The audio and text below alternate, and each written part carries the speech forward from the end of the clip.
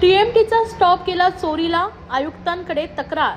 ठाण्यातील नौपाड्यातील एके जोशीजवळ असलेल्या टीएमटी बस स्टॉपचा थांबा 2 वेळा चोरीला गेल्याची घटना 2.5 वर्षापूर्वी घडली असतानाच काल मध्यरात्री नौपाड्यातील आईस फॅक्टरी जवळचा बस थांबा गुरुवारी मध्यरात्री चोरीला गेला असल्याचा धक्कादायक प्रकार उघडकीस आलाय।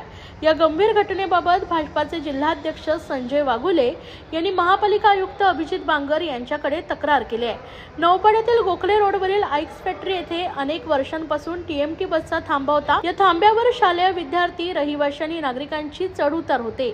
नौपाड्यात ये-जा करण्यासाठी हा थांबा महत्त्वाचा होता। या थांब्यावर आलेल्या प्रवाशांना शुक्रवारी सकाळी या ठिकाणचा थांबा चोरीला गेल्याचं धक्कादायक बाब समोर आली। या घटनेची माहिती काही नागरिकांना भाजपचे जिल्हाध्यक्ष माजी ज्येष्ठ नगरसेवक संजय वाघुले यांना दिली। त्यांनी तातडीनं परिवहन सेवेतील अधिकाऱ्यांकडे संपर्क साधला।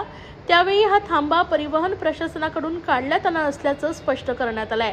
त्यानंतर जिल्हाध्यक्ष वाघुले यांनी महापालिका आयुक्त अभिजित बांगर यांच्याकडे निवेदनाद्वारे तक्रार केली। तसेच पूर्वीच्याच ठिकाणी थांबा बसवण्याची आग्रही मागणी करून सीसीटीव्हीद्वारे समाजकंटकाचा शोध करून कारवाई करण्याची मागणी केली आहे।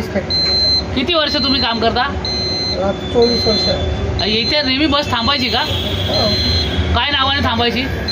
Ice factory. कालपर्यंत असलेला एक बस स्टॉप गेली 50 वर्षापासून बस स्टॉप आहे।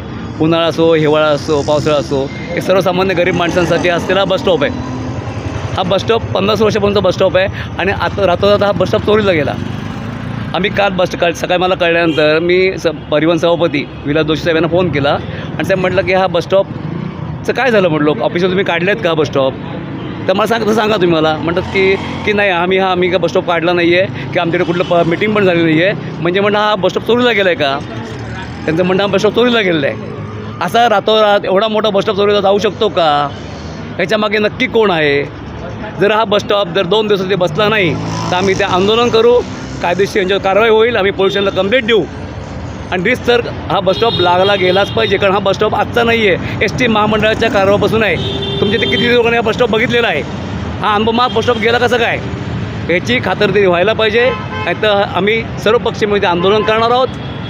आंदोलन करून रितसरची कंप्लेंट करणार पोलीस स्टेशनला आणि कायदेशीर कारवाई करणार। आता तुम्ही पोलीस स्टेशनला जाणवाई करणार। पोलीस स्टेशनला कंप्लेंट करून काय नेमकं कारवाई करायला की हा बस स्टॉप चोरीला गेला आहे। जो कोण चोर आहे त्या चोरावर पकडून द्या आणि आमचा बस स्टॉप परत आणा। आज सकाळी आम्हाला कार्यालय उघडल्यानंतर काही जाणकार व्यक्तींचे त्याचप्रमाणे पत्रकारांचे देखील फोन आले।